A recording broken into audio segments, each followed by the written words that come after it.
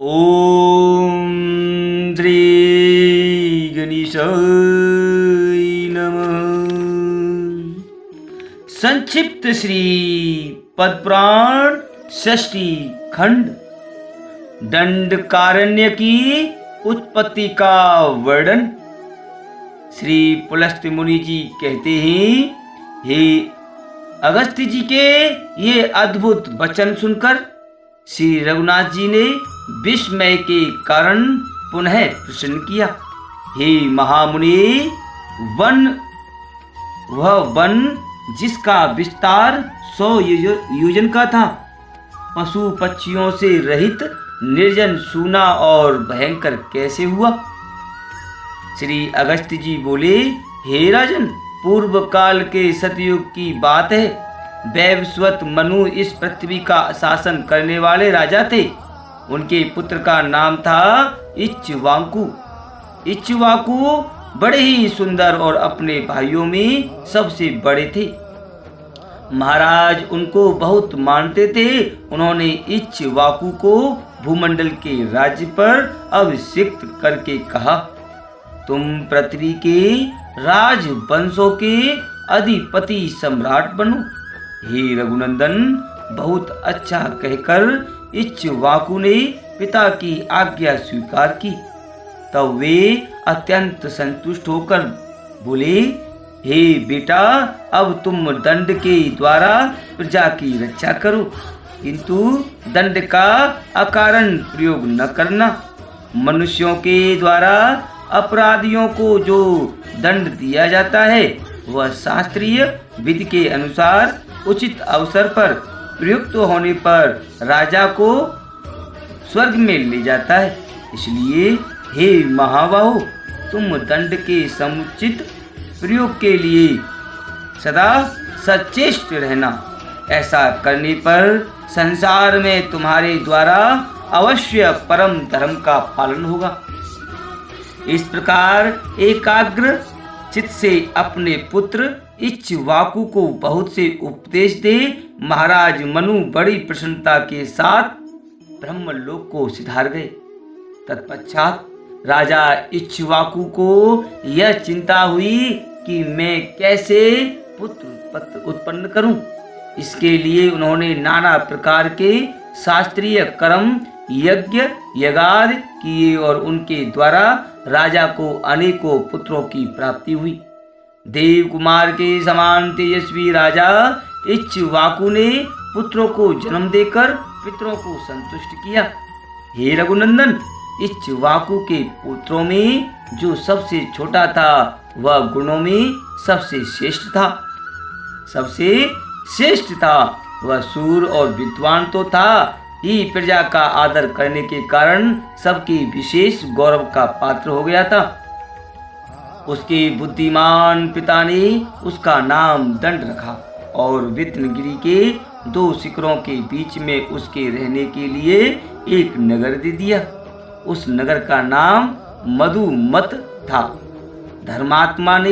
धर्मात्मा दंड ने बहुत वर्षों तक वहां का अकटंक राज्य किया। तदनंतर एक समय जब कि चारों ओर चैत्र मास की मनोरम छटा छा रही थी, राजा दंड भार्गव मुनि के रमणीय आश्रम के पास गया। वहां जाकर उसने देखा भार्गव मुनि की परम सुंदरी कन्या, जिसके रूप की कहीं तुलना नहीं थी, वन में घूम रही है। उसे देखकर राजा दंड के मन में पाप का उदय हुआ और वह काम बाण से पीड़ित हो कन्या के पास जाकर बोला, हे सुंदरी, तुम कहाँ से आई हो? शोभा मई, तुम किसकी कन्या हो? मैं काम से पीड़ित होकर तुमसे ये बातें पूछ रहा हूँ। हे बरारोहे, मैं तुम्हारा दास हूँ। हे सुंदरी, तुम मुझ भक्त को अंगीकार करो। अर्जा बोली, हे राजेंद्र, आपको मालूम होना चाहिए कि मैं भार्गव वंश की कन्या हूं। पुण्यात्मा शुक्राचार्य की मैं ज्येष्ठ पुत्री हूँ। मेरा नाम अर्जा है। पिताजी इस आश्रम पर ही निवास करते हैं। हे महाराज, शुक्राचार्य मेरे पिता और आप उनके शिष्य हैं, अतः धर्म के नाते मैं आपकी बहन हूँ, इसलिए आपको मुझसे ऐसी बात नहीं करनी चाहिए। यदि दूसरे कोई दुष्ट पुरुष भी मुझ पर को दृष्टि करें तो आपको सदा उनके हाथ से मेरी रक्षा करनी चाहिए। मेरे पिता बड़े क्रोधी और भयंकर हैं, वे अपने साप से आपको भस्म कर सकते हैं। अतः हे नृपश्रेष्ठ, आप मेरे महातेजस्वी पिता के पास जाइए और धर्मानुकूल बर्ताव के द्वारा उनसे मेरे लिए याचना कीजिए, अन्यथा इसके विपरीत आचरण करने पर आप पर महान एवं घोर दुख आ पड़ेगा। मेरे पिता का क्रोध उभर जाने पर वे समूची त्रिलोकी को भी जलाकर खाक कर सकते हैं। दंड बोला, हे सुंदरी, तुम्हें पा लेने पर चाहे मेरा वध हो जाए अथवा वध से भी महान कष्ट भोगना पड़े, मुझे स्वीकार है। हे वीरू, मैं तुम्हारा भक्त हो गया हूँ, मुझे स्वीकार करो। ऐसा कहकर राजा ने उस कन्या को बलपूर्वक बाहुपाश में कस लिया और उस एकांत वन में, जहाँ से कहीं आवाज भी नहीं पहुँच सकती थी, उसे नंगा कर दिया। बेचारी अबला उसकी भुजाओं से छूटने के लिए बहुत छटपटाई, परंतु फिर भी उसने स्वेच्छा अनुसार उसके साथ भोग किया। राजा दंड वह अत्यंत कठोरता पूर्वक और महाभयानक अपराध करके तुरंत अपने नगर को चल दिया था तथा भार्गव कन्या अर्जा दीन भाव से रोती हुई अत्यंत उद्विग्न हो आश्रम के समीप अपने देव तुल्य पिता के पास आई। उसके पिता अमित तेजस्वी देवर्षि शुक्राचार्य सरोवर पर स्नान करने गए थे। स्नान करके वे 2 ही घड़ी में शिष्यों सहित आश्रम पर लौट आए। आश्रम पर आकर उन्होंने देखा अर्जा की दशा बड़ी दयनीय है, वह धूल में सनी हुई है। तुरंत ही सारा रहस्य उनके ध्यान में आ गया। फिर तो शुक्र को बड़ा रोष हुआ। वे तीनों लोगों को दग्ध सा करते हुए अपने शिष्यों को सुनाकर बोले, धर्म के विपरीत आचरण करने वाले अदूरदर्शी, दंड के ऊपर प्रज्वलित अग्निशिखा के समान भयंकर विपत्ति आ रही है। तुम सब लोग देखना, वह खोटी बुद्धि वाला पापी राजा अपने देश, भृत्य, सेना और वाहन सहित नष्ट हो जाएगा। उसका राज्य 100 योजन लंबा चौड़ा है। उस समूचे राज्य में इंद्र धूल की बड़ी भारी वर्षा करेंगे। उस राज्य में रहने वाले स्थावर जंगम जितने भी प्राणी हैं, उन सब का उस धूल की वर्षा से शीघ्र ही नाश हो जाएगा। जहाँ तक दंड का राज्य है, वहां तक के उपवनों और आश्रमों में अकस्मात 7 रात तक धूल की वर्षा होती रहेगी।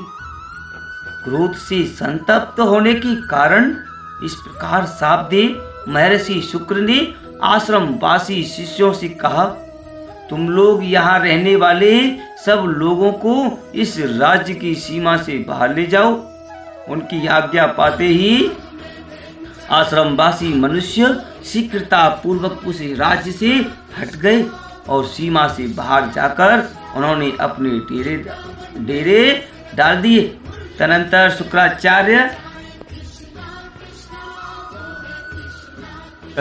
शुक्राचार्य अर्जा से बोले, ओ नीच बुद्धि वाली कन्या, तू अपने चित्त को एकाग्र करके सदा इस आश्रम पर ही निवास कर।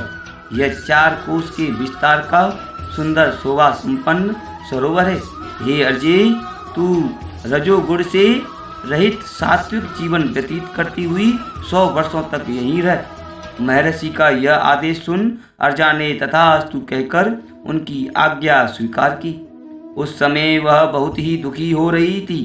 शुक्राचार्य ने कन्या से उपर्युक्त बात कहकर वहां से दूसरे आश्रम के लिए प्रस्थान किया। ब्रह्मवादी महर्षि के कथनानुसार विद्यगिरि के शिखरों पर फैला हुआ राजा दंड का समूचा राज्य 1 सप्ताह के भीतर ही जलकर खाक हो गया। तब से वह विशाल वन दंडकारण्य कहलाता है। हे रघुनंदन, आपने जो मुझसे पूछा था वह सारा प्रसंग मैंने कह सुनाया। अब संध्योपासना का समय बीता जा रहा है। ये महर्षिगण सब और जल से भरे घड़े लेकर अर्घ्य दे भगवान सूर्य की पूजा कर रहे हैं। आप भी चलकर संध्या वंदन कर लें। ऋषि की आज्ञा मानकर श्री रघुनाथ जी संध्या उपासना करने के लिए उस पवित्र सरोवर के लिए तट पर गए। तदनंतर आचमन एवं साय संध्या करके श्री रघुनाथ जी महात्मा कुंभज के आश्रम में गए। वहां उन्होंने बड़े आदर के साथ अधिक गुणकारी फल मूल तथा रसीले साग भोजन के लिए अर्पण किए। हे नरश्रेष्ठ, श्री रामचंद्र जी ने बड़ी प्रसन्नता के साथ उस अमृत के समान मधुर भोजन का भोग लगाया और पूर्ण तृप्त होकर रात्रि में वहीं शयन किया। सवेरे उठकर उन्होंने अपना नित्य कर्म किया और वहां से विदा होने के लिए महर्षि के पास गए। वहां जाकर उन्होंने मुनि को प्रणाम किया और कहा, हे ब्राह्मण, अब मैं आपसे विदा होना चाहता हूँ, आप आज्ञा देने की कृपा करें। हे महामुनि, आज मैं आपके दर्शन से कृतार्थ और अनुग्रहित हुआ। श्री रामचंद्र जी के ऐसे अद्भुत वचन कहने पर तपस्वी अगस्त्य जी ने अत्यंत प्रसन्न होकर कहा, हे श्री रामचंद्र जी, कल्याणमय अक्षरों से युक्त आपका यह वचन बड़ा ही अद्भुत है। हे रघुनंदन, यह संपूर्ण प्राणियों को पवित्र करने वाला है। जो मनुष्य आपको 2 घड़ी भी देख लेते हैं वे समस्त प्राणियों में पवित्र हैं और देवता कहलाते हैं। हे रघुश्रेष्ठ, आप समस्त देहधारियों के लिए परम पावन हैं। आपका प्रभाव ऐसा ही है, जो लोग आपकी चर्चा करेंगे उन्हें भी सिद्धि प्राप्त होगी। आप इस मार्ग से शांत एवं निर्भय होकर जाइए और धर्म पूर्वक राज्य का पालन कीजिए, क्योंकि आप ही इस जगत के एकमात्र सहारे हैं। महर्षि के ऐसा कहने पर महाराज श्री रामचंद्र जी ने हाथ जोड़कर उन्हें प्रणाम किया तथा अनन्याय मुनिवरों को जो सब के सब तपस्या के धनी थे, आज सादर अभिवादन करके वे शांत भाव से स्वर्ण भूषित पुष्पक विमान पर चढ़ गए। यात्रा के समय मुनिगणों ने सब ओर से उन पर आशीर्वादों की वर्षा की। समस्त पुरुषार्थों के ज्ञाता श्री रघुनाथ जी दोपहर होते होते अयोध्या में पहुंचकर 7वीं ड्योटी में उतरे। तत्पश्चात उन्होंने इच्छा अनुसार चलने वाले उस परम सुंदर पुष्पक विमान को विदा कर दिया। फिर महाराज ने द्वारपालों से कहा, तुम लोग फुर्ती से जाकर भरत और लक्ष्मण को मेरे आगमन की सूचना दो और उन्हें अपनी साथ ही लेवा लाओ। विलंब न करना। द्वारपाल आज्ञा के अनुसार जाकर दोनों कुमारों को बुला ले आए। श्री रघुनाथ जी अपने प्रिय बंधु भरत और लक्ष्मण को देखकर बड़े प्रसन्न हुए और उन्हें छाती से लगाकर बोले, मैंने ब्राह्मण के शुभ कार्य का यथावत संपादन किया है। आओ मैं प्रति माँ स्थापना, देवालय निर्माण आदि पूर्व धर्म का अनुष्ठान करूंगा। हे वीरो, मेरा कान्य कुब्ज देश में जाकर भगवान बावन की प्रतिष्ठा करने का विचार है। ओम नमो भगवते वासुदेव।